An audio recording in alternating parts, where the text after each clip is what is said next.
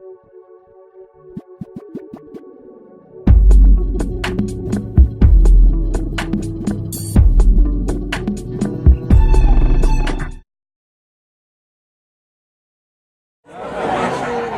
we try to force it. Listen, leave that lie behind. Yes, we need to have faith. And you can improve at certain things. But some people just have a gift and some don't. And if you try to force the square peg into the round hole, you're going to be frustrated and angry and bitter, and you could get yourself in trouble. So what I'm saying is you've got to have honesty in your life, truth. Maybe you are a great performer, but in case you're not, listen, and I know we're kind of being the hard guys here this weekend, but I've just seen too many people leave God bitter because they were unwilling to hear the truth, especially in the arts. You can love doing something, and that's cool. It doesn't mean you're awesome at it. You can still do it at home, sing in the shower, have fun, record if you want to. That's all good. But we got to get real, guys. Amen. We got to deal with the facts before we act, because you might be missing out on God's true plan for your life. Right. God's Amen. like, oh man, I got this great thing for you over here. You would be awesome at this. Man, I want you. And you're like, nope, I want this. Yeah, but that's not your gift. You need to be over here. I could be using you to help so many people become Christians if you just come and do what I gave you the gift for. No, I really want this. So we've got to deal with this. You've got to deal with the facts. Amen.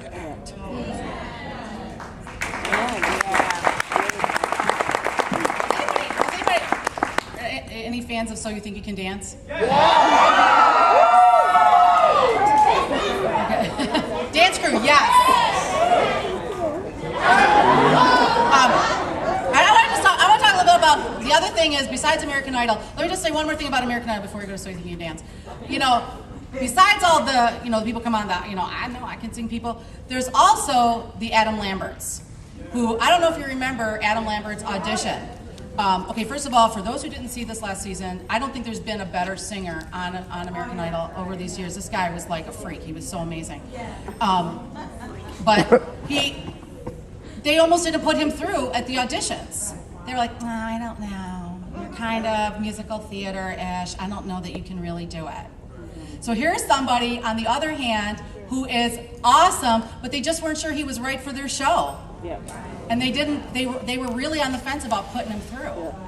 So, it can go both ways, and that's kind of what I wanted to talk about with So You Think You Can Dance. Because it's, this year, I don't know, because for some of us, on the other hand, we can say, yes, we need to be sober about our level of talent, but for some of us, you know what? You do have the talent. You really are that good. You are that person that could be a star, that could do amazing celebrity status, awesome things. Yeah. That there's a lot of you in here that are that person too. Yet there is still, if you don't have that heart with I am here to be a disciple and for God to use me, you will be devastated. Okay, I for those who watched So You Think You Can Dance, especially over this past summer, it was the year of the girls. And there was some great guys, Ade, Brandon, they were great guys. Jason was really good. So there was great guys, but this was the year of the woman on So You Think You Can Dance. The girls the girls that were in the top, really the top 5, but the top 4 girls were, to me, were outstanding. These girls, there was a prima ballerina on it. That girl could get principal dancer work in almost any company, she wanted to go to. Prima ballerina, yet did hip hop, did disco. It was ridiculous what they had this ballerina doing, and she did every single thing. She was awesome, right? But there was this other girl, Jeanette, who was a salsa dancer.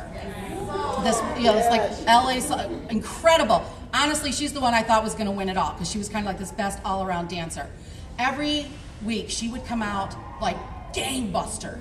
I've never seen a kid on those shows attack routines like this woman did. Little tiny petite fireball. She was awesome. Placed 4th for the women. 4th. In any other year, she could have won, but she placed 4th. And the truth is, any one of those top 4, top 5 girls could have won. They were all outstanding girls. But one had to win, and it came down to America. But Jeanette, the reason I bring up Jeanette is this, like I said, this girl was on fire. When she came in 4th, she dropped. She completely, like my daughter and I were watching, we're like, wow. It was like that. The spark completely died in her. And even when she kind of came back on the finale shows, she was like, yeah. I mean, she barely, like, oh, because she lost. And she said on her like goodbye speech, she had a career, like a degree in finance. So she was like a corporate girl working in a bank in finance. And she's like, instead of being like, wow, I have this great degree, I still have a great career, I'm still young, I can still do some more dancing, and then I saw this great career. She's like, all this taught me was how much I really want to dance. But she felt like, well, now I can't. And it was to me, it was really heartbreaking to see this beautiful, talented sparkle of a girl just fizz because she didn't win. And I think that can be true for some of us. Because the bottom line is, no matter how awesome you are, like I said, I look at those So You Think You Can Dance girls, especially this year. No matter how awesome you are, in any given arena, there's 1,000 other girls or guys that are just as good as you. That's true. Who are just as aggressive as you are. And you can say, well, I have God on my side. Well, yeah, but so that's why even saying that is really an immature, prideful thing in our faith. To be like, oh, that God would pick you because you were the disciple and not her. That's somehow that's a wrong motivation. Oh, I got louder.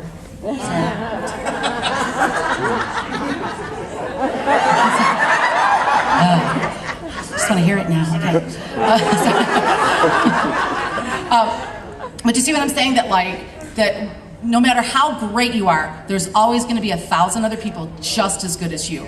And you can walk into an audition or to a show, and one day it's you, but there's going to be 50 days that it's not you. And you got to decide, is this my life? Is this what I want?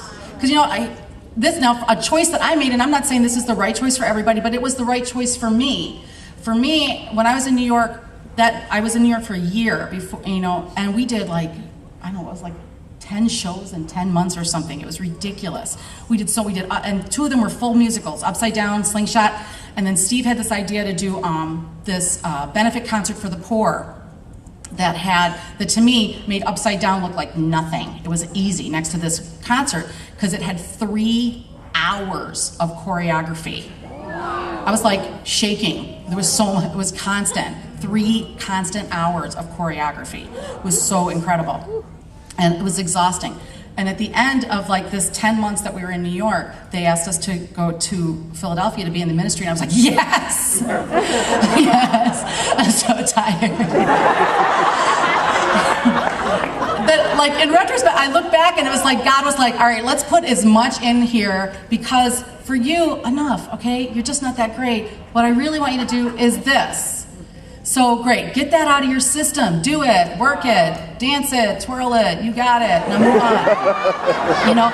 And so for me, that was I was like, all right, I got to have that while I was young and it was fun and all that, but then I got this other gig that I've been doing for a long time now, that I've never once looked back and thought, wow, if I'd have just stayed in New York, if I'd have just had that, if I'd have gone to that one more audition, if I'd have just done that. I have never once looked back with regret on my choice to change careers. And for me, that was because I had that. I think why it worked was because I just was like, whatever, just happy to be here. Amen. That God will help you to make those choices too. Amen. Okay, one final point, really.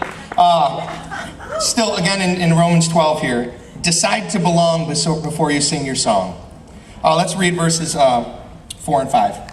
Just as each of us has one body with many members, and these members do not all have the same function, so in Christ we who are many form one body, and each member belongs to all the others.